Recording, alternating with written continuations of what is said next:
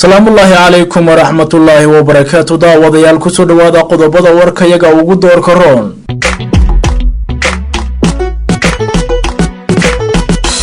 qodobada aad warkayaga ku maqli doontaana waxaa ka mid ah al-shabaab oo muddo kooban u qabatay odayaasha soo xulaya xildhibaanada Soomaaliya madaxweynaha Mareykanka oo banaanka soo dhigay fikradda xun ee uu ka qabo dalal ay ka mid tahay Soomaaliya iyo Kanada oo ku dhawaaqday go'aan halis ku ah ururka al-shabaab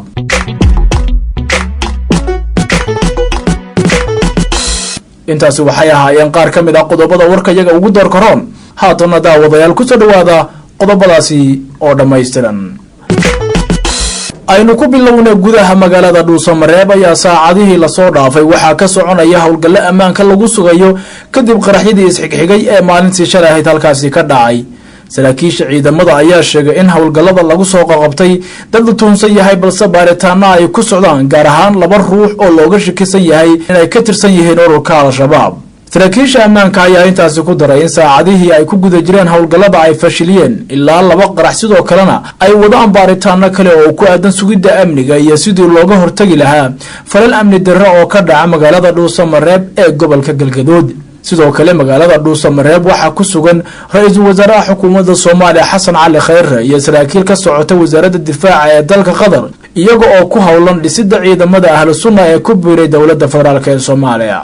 qaraxii iyo weerarkii lagu qaaday hotel Madiina X Cascasay ee magaalada Kismaayo ayaa waxa ku dhintay dad ka badan 20 qof halka in ka badan 50 qofna ay ku dhaawacmeen markii laga yimaado Hodan Naaleeye oo ahay saxafiyad caan ah oo warbaahinta gudaha iyo dibadda ay si weyn geerideeda u hadalaysay waxaa jira dad kale oo bulshada magac ku dhaxlaha oo weerarkaasi ku dhintay Maxamed Ismaaciil Shuuriye waxa uu ahaa xildhibaan federaal ah intii u dhaxaysay 2012 ilaa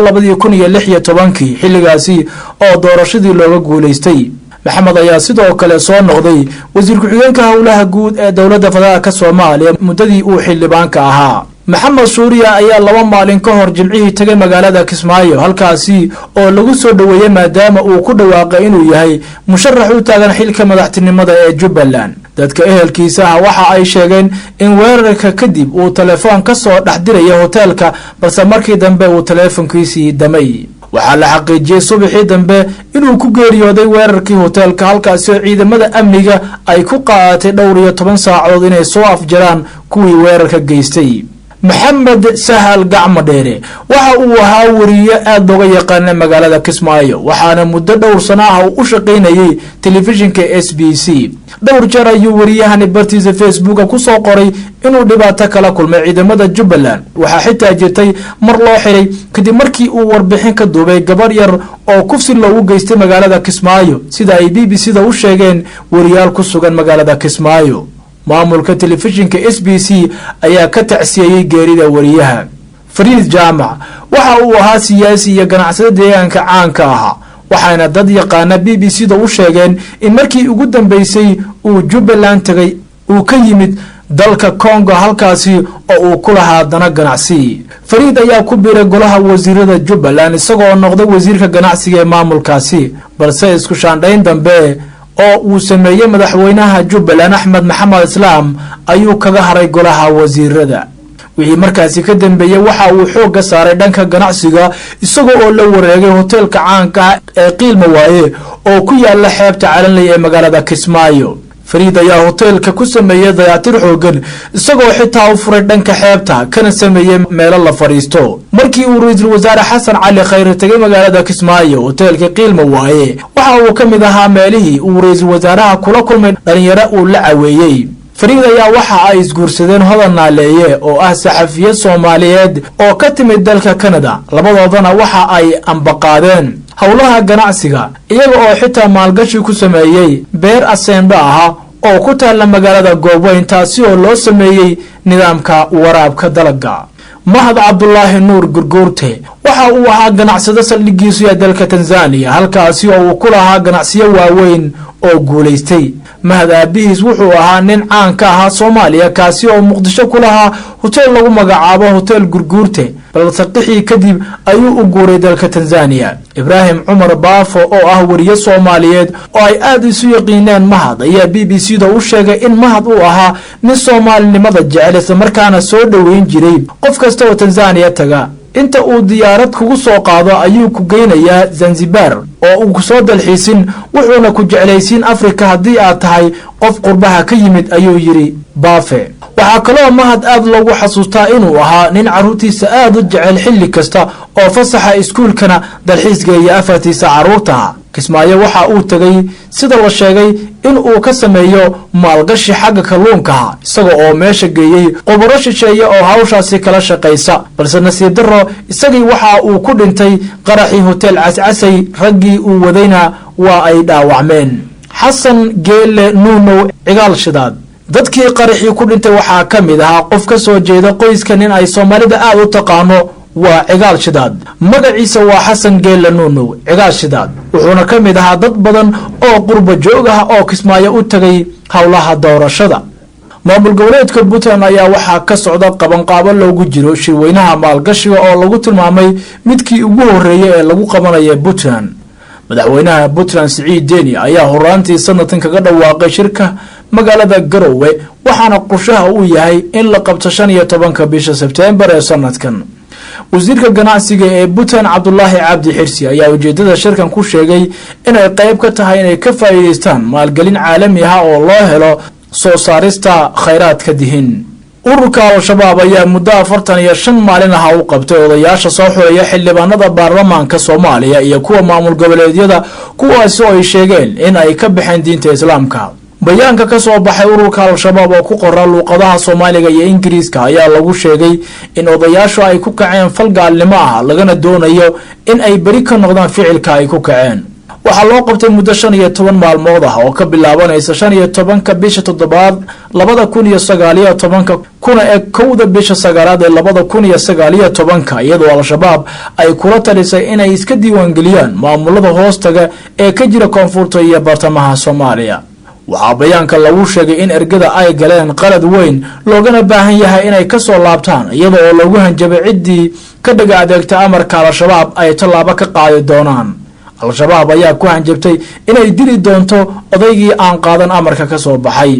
ururka Al-Shabaab ayaa hore u dishay odayaal badan oo ka tirsan kuwii soo xulay xildhibaanada baarlamaanka Soomaaliya iyo kuwa maamul goboleedyada. Al-Shabaab ayaa fal gaalaysiinaha ku rida cid kasta oo ka hortimaada caqiidadooda qalafsan ee aan meel ka waafaqsanayn sharciga Islaamka.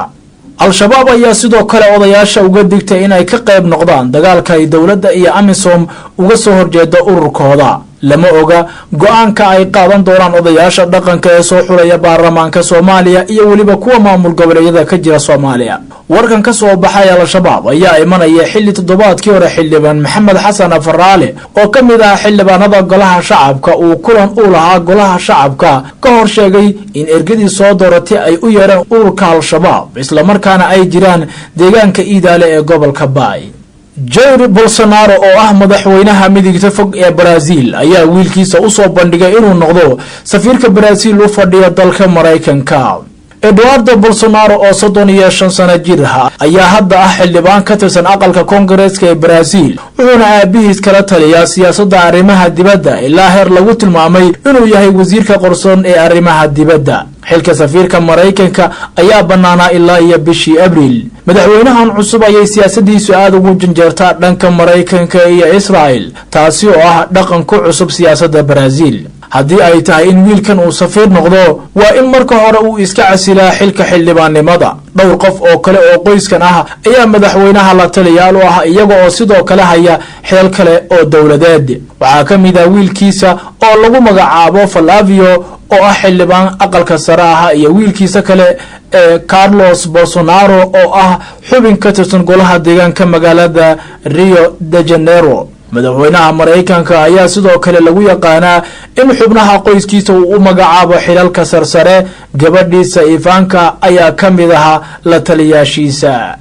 ra'iisul wasaaraha dalka Canada Justin Trudeau ayaa ku dhawaaqay in dawladda federaalka ee Soomaaliya ay dawladiisu ka taageeri doonto dagaalka adag ee haatan lagula jiro dhaqdhaqaaqa Al-Shabaab. Justin Trudeau ayaa ka hadlay weerarkii Kismaayo waxa uu sheegay inaan indhaha laga laaban karin falalka guracan ee ay geysanayaan ururka Al-Shabaab waa sidoo hadalka u dhigay. Ra'iisul Wasaaraha Canada ayaa carabka ku dhuftay in dawladda federaalka ay kala shaqeynayaan sidii nabad buuxda loogu soo dabaali lahaa Soomaaliya. annaga oo kaashanayna beesha caalamka ayaan ka shaqayn doonaa sidii xididada loogu siibi lahaa xagjirnimada ayuu yiri ra'iisul wasaaraha dalkaasi Canada. dhinaca kale wuxuu tacsi u diray ehelada ay dadkoodu ku dhinteen weerarkii Sabtidii ka dhacay Kismaayo kuwaas oo ay ku jireen muwaadiniin u dhashay dalkiisa. Al-Shabaab ayaa dhabarka u ritay weerarkaasi oo ay ku dhinteen 26 qof sidoo kalena ay ku dhaawacmeen 56 qof oo u badan dad rayid ah oo aan waxba galabsan.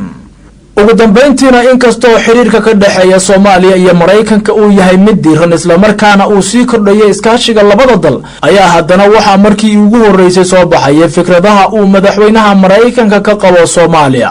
inkastoo uusan toos u magacaabin haddana Trump ayaa laga soo xigtay hadallo ay warbaahinta adduunka aad u faafisay oo uu ka sheegay 4 xildhibaan oo ku jira aqalka Koongareeska Mareykanka oo ay ka mid tahay Ilham Cumar oo asal ahaan ka soo jeeda Soomaaliya. mid ka mid ah xildhibaanada oo ah Mrs. Ocasio-Cortez ayaa ku dhalatay isbitaal ku yaala degmada Bronx ee magaalada New York halkaas oo qiyaastii 12 meel u jirta meesha uu ku dhashay Donald Trump. Trump ayaa xildhibaanadan dumarka u sheegay inay ku laabtaan dalalka ay ka yimaadeen isla markaana ay wax ka qabtaan dhibaatooyinka haysta. wuxuu yiri waa arrin xiiso leh in aan aragno xildhibaanada dumarka ee xisbiga dimuqraadiga kuwaasi oo asal ahaan ka yimaadeen dalal dawladahooda ay gebi ahaanba yihiin kuwa musiibo ah oo musuqmaasuq hareeyay ahna kuwa ugu xun adduunka ka shaqeeya in hadda dadka reer America oo ah kuwa ugu awoodda badan adduunka ay u sheegeen sida wax loo maamulo. wuxuu Trump intaasi ku daray in marka hore ay soo hagaajiyaan dalalkii ay ka yimaadeen